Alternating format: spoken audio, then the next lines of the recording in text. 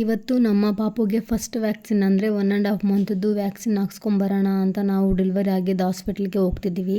ಇಷ್ಟು ಬೇಗ 45 ದಿನ ಹೆಂಗೆ ಕಂಪ್ಲೀಟ್ ಆಯಿತು ಅಂತಲೇ ಗೊತ್ತಾಗ್ತಾ ಇಲ್ಲ. ಅಷ್ಟು ಮುಳುಗೋಗಿದ್ದೀನಿ ಮಗು ಜೊತೆ. ಮಗು ಹುಟ್ಟಿದ ಮೇಲೆ ಅಂತೂ ಟೈಮ್ ಹೆಂಗೆ ಹೋಗ್ತಿದೆ ಅಂತಲೇ ಹೇಳೋಕ್ಕಾಗ್ತಿಲ್ಲ. ಅಷ್ಟು ಚೆನ್ನಾಗಿದೆ ಮಗು ಜೊತೆ ಟೈಮ್ ಸ್ಪೆಂಡ್ ಮಾಡ್ತಾ ಇರೋದು.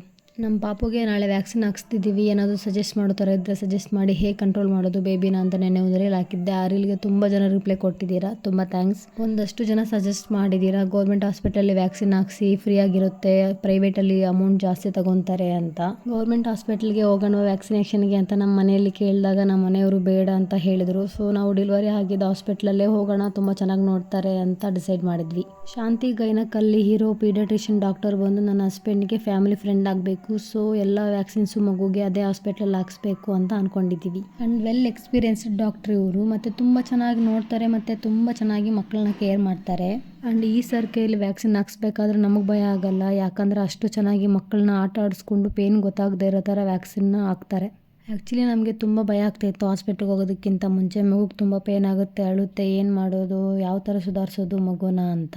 ಆ್ಯಂಡ್ ಆ ಟೈಮಲ್ಲಿ ಸ್ವಲ್ಪ ಟೆನ್ಷನ್ ಕೂಡ ಇತ್ತು. But painless vaccine plus addition ಹಾಕ್ಸಿದ್ವಿ ನಮ್ಮ ಪಾಪುಗೆ ನಾವು. ವ್ಯಾಕ್ಸಿನ್ ಹಾಕ್ಸಿದ್ಮೇಲೆ ತುಂಬ ಅಳುತ್ತೇನೋ ಅಂತ ನಮಗೆ ಸ್ವಲ್ಪ ಭಯ ಆಗ್ತಿತ್ತು. ಬಟ್ 3 to 5 minutes ಅಷ್ಟೇ ಅಳ್ತಾ ಇತ್ತು. ಮತ್ತೆ ಆರಾಮಾಗಿ ಸುಧಾರಿಸ್ಕೊಂಡು ಒಂದು 10 ನಿಮಿಷ ಅಲ್ಲೇ ಕೂತ್ಕೊಂಡು ಸರಿ ಹೋಯಿತು. ಆರಾಮಾಗಿ ಮತ್ತೆ ಬಂದ್ವಿ. ವ್ಯಾಕ್ಸಿನ್ ಹಾಕ್ಸ್ಕೊಂಡು ಹೋಗ್ತಾ ದಾರಿಯಲ್ಲೇ ಊಟ ಮಾಡಿಕೊಂಡು ನಾವು ನಮ್ಮ ಮನೆ ಕಡೆ ಹೊರಟ್ವಿ.